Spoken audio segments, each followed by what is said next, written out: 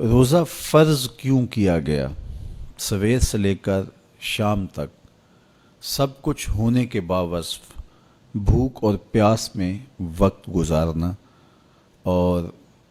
میسر ہونے کے باوجود ایک گھونٹ بھی حلق سے نیچے نہ اترنے دینا، آخر اس میں کیا حکمت تھی؟ تو یہ بات اچھی طرح سے ہمیں سمجھ لینی چاہیے کہ یہ صرف کھانے پینے کو ترک کر دینا ہی نہیں ہے، بلکہ ان مقاصد جلیلہ کے حصول کے لیے روزہ رکھا جاتا ہے جو مومن کی زندگی کا مقصود ہے۔ اور اگر کوئی شخص کھانا پینا تو ترک کر دیتا ہے لیکن ان امور سے نہیں رکتا جن امور سے روکنا ان روزوں کا مقصود تھا، تو اس کا روزہ نہیں کہلاتا۔ میرے اور آپ کے آقا و مولا حضور نبی رحمت صلی اللہ علیہ وآلہ وسلم نے ارشاد فرمایا، من لم یدع قول الزور والعمل به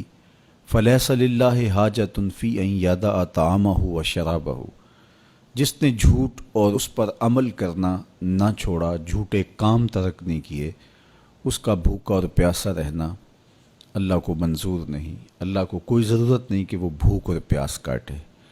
روزے میں تو ان امور سے بھی روک دیا گیا جو امور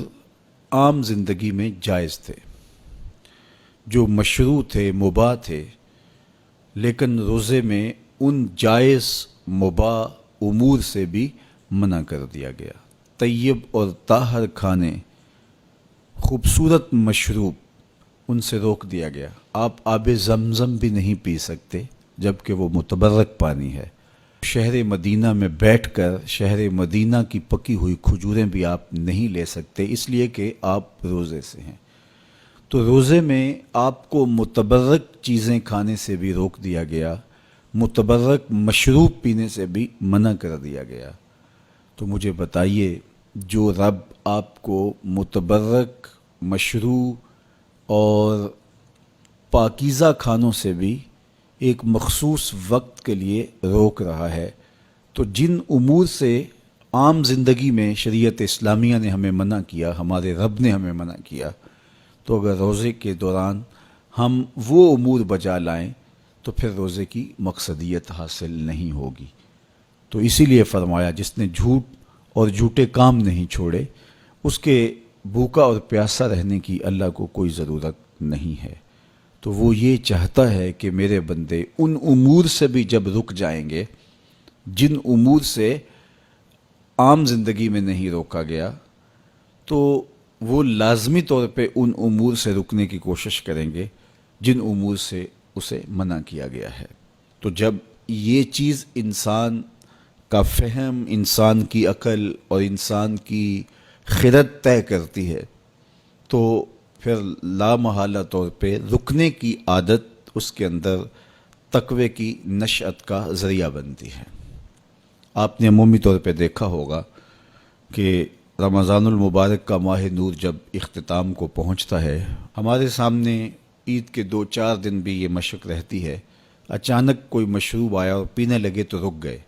وہ کہیں ہمارا روزہ تو نہیں، لیکن پھر خیال آتا نہیں ہم روزے تو نہیں ہیں، آج تو عید کا دن ہے، تو ہم پی لیتے ہیں۔ چونکہ پورا مہینہ دن بھر